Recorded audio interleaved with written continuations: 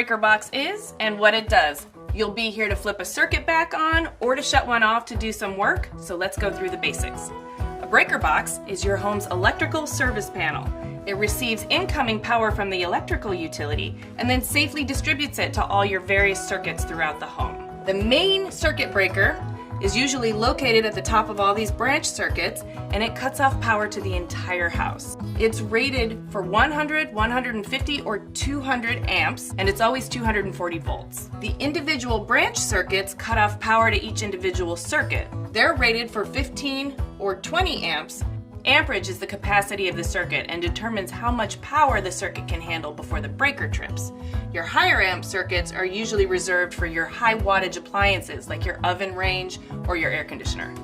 Another important thing, this is the front cover. This is what they call the dead front cover. The dead front cover should never be removed by anybody but a professional. Behind here is the incoming wiring from the electrical utility and all the wiring to the individual circuits. Now before you start work on any circuit throughout the house, make sure you shut off the power here at the breaker box. And for safety, don't ever touch a breaker if you, the ground, or the panel are wet. If a circuit breaker trips, it's usually due to a fault, a short, or a circuit overload. Just come to the box, find that circuit, flip it back on. You can use the main circuit breaker to cut off power to all the individual circuits. But remember to bring a flashlight with you because the house will be dark after you shut that off. First, shut off all the individual circuits one at a time. Move the main circuit breaker switch to the off position.